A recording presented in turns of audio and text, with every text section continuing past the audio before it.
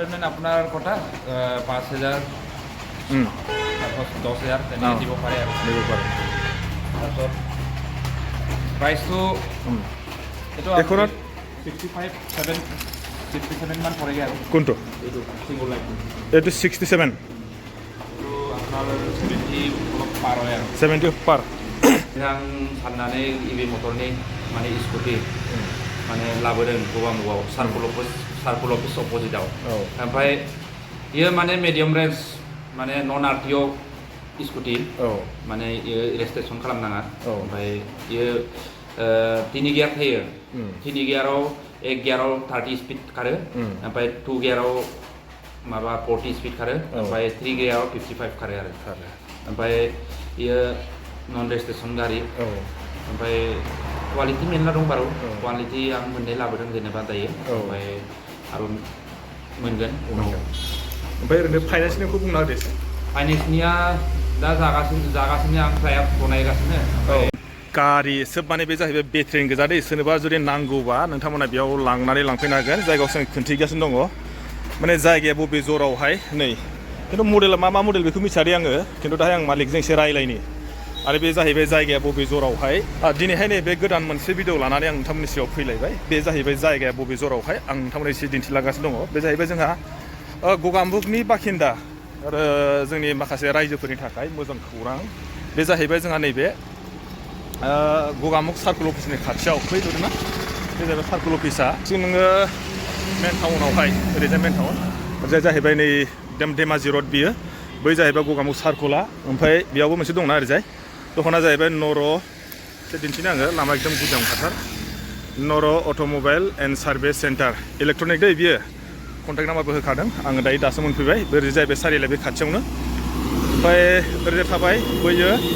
circle अफिसनि एखेबारे front साइडआवनो होनबाबो जायो बेनो सार्कल आरो बेनो जाहैबाय बिनि दखाना दायो बेखौनो एसे दिन्थिलांनोसै बे जाहैबाय जोंहा गगामुग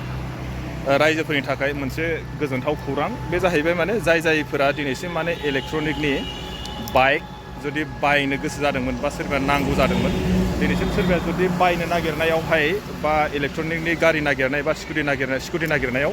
सोरबाफ्रा दिनैसिम जेनेबा गोजान जायगायाव थानाय हिसाबै सोरबाया माने लायथ'वाखैमोन बा नैबे एबारो जोंनि नैबे गगामुगावनो धेमाजि रड नैबे जोंहा सार्कल अफिसनि एकदम फ्रन्ट साइडआवनो जोंहा नर' अट'मबाइल सार्भिस सेन्टार बियो गोदानै खुलिदों दासो माने अपेनिं जादों दिनैसिम माने सानथाम सानब्रैसोल' जादों बेखौनो आं नोंथांमोननो एसे दिन्थिनो आरो जोंहा मालिकजों एसे रायलायनो बे दासिम बेयाव माबायदि एभेलेबेल मोनगोन बेखौनो एसे आं नोंथांमोननो दिन्थिनो बेनो जाहैबाय नै बेनारा वा सोरनोबा जुदि नांगौब्ला आरोना नै जायगाया बेयावनो गोदान आरो खिन्थु गंबेसे माबायदि मडेल लांफै बेखौ मोजां मिथिया दायो एसे रायलायनोसै नैबेनो मालिका এটা কি মডেল আছে আপনার ইয়াত দুইটা মডেল আছে ডাবল লাইট সিঙ্গল লাইট আচ্ছা তাৰপাছত কি ফাইনেন্স হ'ব না নহ'ব ফাইনেন্সো হ'ব আমি হেৰি বাজাজ ফাইনেন্স লগত আমি টাই আপ কৰি আছোঁ আচ্ছা দুদিনমান মানে 16 তাৰিখত হৈ যাব মানে আচ্ছা এনে কিমান মান যেনিবা ডাউন পেমেণ্ট দিব লাগিব ডাউন পেমেণ্ট আপোনাৰ কটা 5,000 তাৰপৰ 10,000 তেনেকৈ দিব পাৰে আৰু তাৰপিছত প্ৰাইচটো এখনত 67 মান পৰেগৈ আৰু কোনটো এইটো চিংগল লাইটটো এইটো 67 আপোনাৰ 70 অলপ পাৰ হয় আৰু 70 পাৰ बे जाहैबायनो 60 ओमफ्राय नैबे जाहैबाय 70 पार इनस्टलमेन्टआव आनिले किमान হ'ব ইনষ্টলমেণ্টত আনিলে কিমান হ'ব মানে এইটো অলপ 10% বেছি হ'ব চাগে এইটো মই ফাইনেন্সৰ কামটো মই ইমান নাজানো অঁ এটা নতুনহে ফাইনেন্সে ক'ব কিমান ইণ্টৰ ইণ্টাৰেষ্ট কেনেকৈ কি হয় সেইটো তেনেকৈ আৰু आङो दायो नोंथांमोन एसे दिन्थिग्रो आं दायो मालिकजोंबो रायलायबावगोन आरोबाव बे जाहैबाय नै कालारा माबायदि कालार नांगौ आरो ना बेयाव दंखाजोबो नैबे एसे गुफुर साइजनि ओमफ्राय नैबेबो एसे बोरैबा कालारा बेलेग माबायदि कालारनि नांगौ नोंथांमोन इयाव जेनेबा नायनानै लांफैनो हागोन नायैनो आरो गावनि गोसो बायदि गोसोम कालार ओरैजाय ओमफ्राय दाना आं एसे मोजां रायलायनोसै जायगाफ्रा बबेयावहाय माबाहाय आं दायो मालिकजों रायलायनोसै राजाफोरखौ आं खुलुमबाय जासिदों ओमफ्राय आं बारा बर' रोङा होमबाबो बर' एसे बुंनि ओमफ्राय इभि मटरा जेनेबा गगामुगाव गैयामोन बियो इभि मटरा गैयामोन ओमफ्रायनो आं साननानै इभि मटरनि माने स्कुटि माने लाबोदों गगामुगाव सार्कल अफिस अपोजिटआव ओमफ्राय इयो माने मिडियाम रेन्ज माने नन आरटिअ स्कुटि माने इयो रेजिस्ट्रेसन खालामनाङा ओमफ्राय इयो 3 गियार थायो 3 गियाराव 1 गियाराव 30 स्पिड खारो ओमफ्राय 2 गियाराव माबा 40 स्पिड खारो ओमफ्राय 3 गियाराव 55 खारो आरो ओमफ्राय इयो नन रेजिस्ट्रेसन गारि ओमफ्राय क्वालिटि मेरला दं बारु क्वालिटि आं मोननै लाबोदों जेनेबा दायो ओमफ्राय आरो मोनगोन उनाव ओमफ्राय ओरैनो फाइनान्सनिखौ बुंना होदो एसे फाइनान्सनिया दा जागासिनो आं फ्राय बनायगासिनो ओमफ्राय दा साननैसोआव माने जासिगोन फाइनान्सआ ओमफ्राय बाजाज फाइनान्स जागोन ओमफ्राय बन्धन फाइनान्स ओमफ्राय इयो मा होनदों ICICI माबायावबो जागोन LNTआवबो जागोन होनदों रायज्लायगासिनो खिन्थु जाथ'वाखै दा साननैसोआव जासिगोन माने ओमफ्राय जायगाखौ बुंना होदो बबे जराव जायगाया प्लेसआ गगामुग NH15 रुट धेमाजि रुट ओमफ्राय सार्कोल अफिस अपोजिट दा ओमफ्राय स्टुडेन्टनि थाखाय ओमफ्राय टिचारनि थाखाय ओमफ्राय अफिसियेलि माबानि थाखाय माने बिराद मोजां होयो माने जेनेबा मास मोनसेयाव जेनेबा नर्मेल जोंनि पेट्रल गारिखौ सलायबा मेक्सिमाम 100 टका बा 200 टका सानसेयाव थाङोना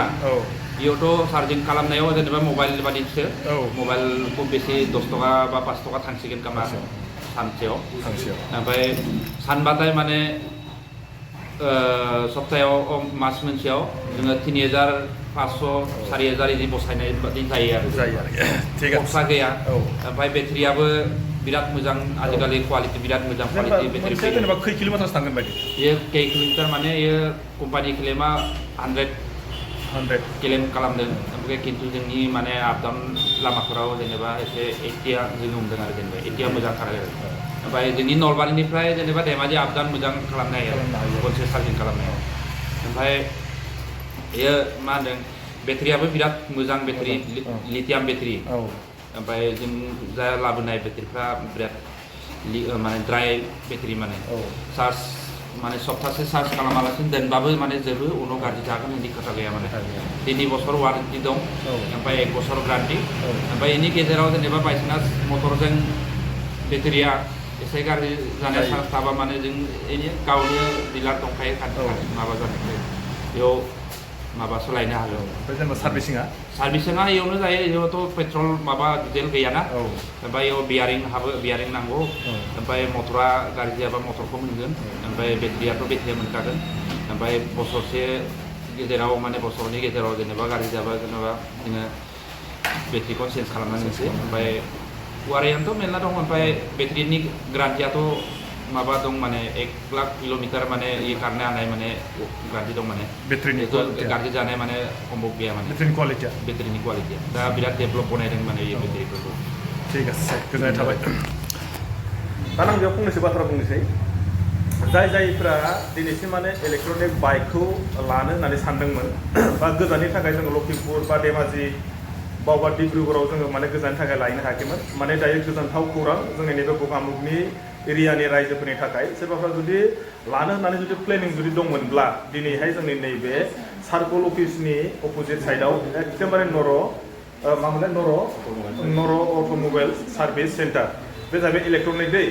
बेयो माने जोंनि थाखाय बिराद मोजां माने मोनसे गोजोनथाव रादाब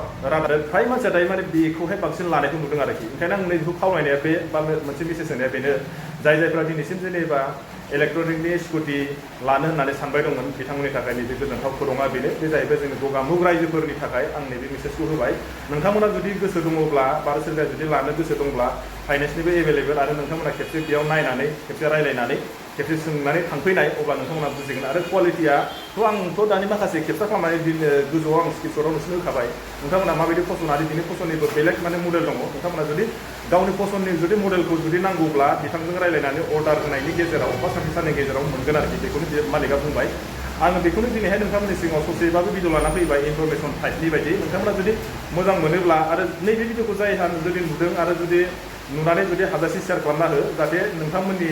शेयार खालामनानै जाहाथे सोरबा बायदि लानो नागिरनायावहाय बिथांमोनाबो फैनानै जाहाथे बेबायदि खाबुखौ लानो मोनो आरोखि ओंखायनो भिडिअखौ बारा गोबाव खालामला बा बारा गोबावसिम आं भिडिअखौ खालामला नोंथांमोना जुदि मोजां मोनोबा हाजासे लाइक आरो शेयार खालामना होबानो जाबाय आरो जुदि माबाफोर जुदि सोंनांगौ दंब्ला आङो माने स्क्रिनशटआव आं कन्टेक्ट नाम्बारखौ होखादों नोंथांमोना बे कन्टेक्ट नाम्बाराव लानानै नोंथांमोना कन्टेक्ट खालामनानै नोंथांमोना मालिकजों रायलायनानै माबायदि सुबिदा उसुबिदा नोंथांमोना लानानै लांफैनो हागोन आरोखि आं बेखौनो नोंथांमोननि भिडिअनि गेजेरजोंहाय फोरमायहरबाय आरो मोजां मोनदों माखासे लाइक आरो शेयार खालामना होबानो जाबाय होमबा भिडिअखौ बेखिनियाव दोनबाय अके आरो